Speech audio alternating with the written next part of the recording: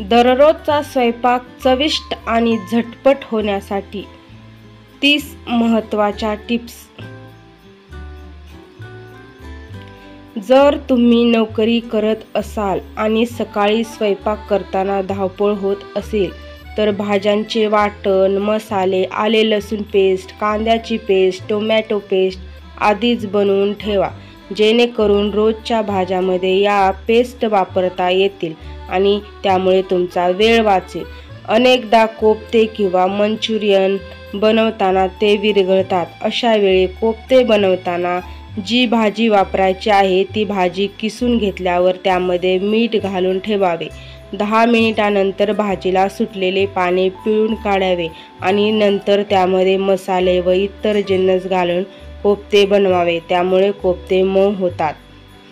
चपाती भाजल्यानंतर काही वेळाने कडक होऊ लागतात, त्यासाठी पीठ मळताना पाण्यासोबत थोडेसे दूध मिक्स करून पीठ मळावे। मळलेले पीठ थोडा वेळ भिजू द्यावे आणि मग चपात्या कराव्या, त्यामुळे चपात्या मऊ होतात। लिंबाचा रस व्यवस्थित निघण्यासाठी लिंबू काही मिनिटे कोमट पाण्यात बुडवून ठेवा। मसाला खराब होऊ नये यासाठी त्यामध्ये हिंगाचे खडे ठेवा। भेंडीच्या भाजीत 1 चमचा दही मिसळले तर ती चिकट होत नाही। कणिक मळताना चिमूटभर साखर घातली तर पुऱ्या चिवट होत नाहीत। कांदा कापताना डोळे चुरचुरत असतील तर 15 मिनिटे आधी कांदा सोलून त्याचे 2 तुकडे करा आणि पाण्यात भिजत ठेवा। कांद्याची साल डोक्यावर अथवा कानाजवळ ठेवल्यास कांदा डोळ्यांना झोंबत नाही। सोलण्याआधी भाज्या स्वच्छ पाण्याने धुवून आणि कोरड्या कापडाने पुसून घ्या। भाज्या आणि फळं खूप बारीक चिरू नका, कारण दिसायला कितीही छान वाटलं तरी यामुळे त्यातील पोषक घटक कमी होतात। बटाटे आणि वांग्याचा रंग बदलू नये यासाठी चिरल्यावर फोडी लगेच पाण्यात टाका। सफरचंदाचा रंग कापल्यानंतर काळा पडत असेल तर कापताना सफरचंदावर थोडं लिंबू चोळा।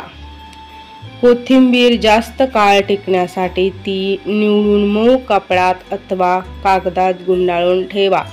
गोड पदार्थासाठी बदाम चिरून टाकायचे असतील तर आधी ते पाण्यात भिजत ठेवा, ज्यामुळे ते सोलणे आणि चिरणे सोपे होईल।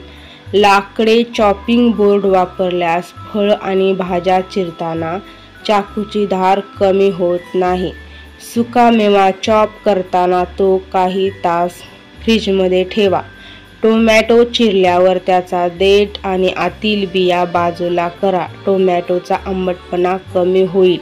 कोणताही पदार्थ तळण्यापूर्वी तेल कढईत चांगले गरम करा। तेल गरम फोडणी खमंग होण्यासाठी फोडणी करताना तेल गरम झाल्यावरच त्यात राई जिरे टाका। पदार्थ कुरकुरीत चविष्ट होण्यासाठी ते रंग बदलेपर्यंत नीट तळणे गरजेचे आहे। भजी करताना बॅटरमध्ये थोडं गरम तेलाचं मोहन आणि बेकिंग सोडा मिसळा, त्यामुळे भजी खुसखुशीत होतात। वाटणासाठी खोबरं भाजताना ते तेलात तळू नका। तळणाचे तेल पुन्हा पुन्हा वापरू नका। तळलेले पदार्थ तेल निथळण्यासाठी न्यूजपेपरमध्ये काढून ठेवू नका, यासाठी टिश्यू पेपर अथवा कोरा पेपर वापरा।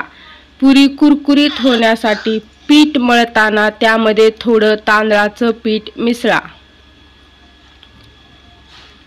भजी कुरकुरीत होण्यासाठी बेसनात थोडं कॉर्नफ्लोअर टाका। तळणाचे तेल लवकर जळू नये यासाठी तेलात चिमूटभर मीठ टाका।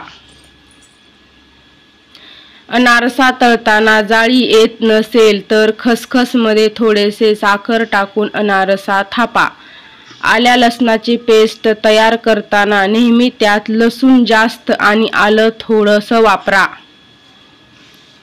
ग्रेव्ही तयार करताना प्युरी परतल्यावर त्यात आधी मसाले टाकून परतून घ्यावे। मसाल्यात तेल सुटलं की मगच भाज्या अथवा इतर साहित्य त्यात टाकावं।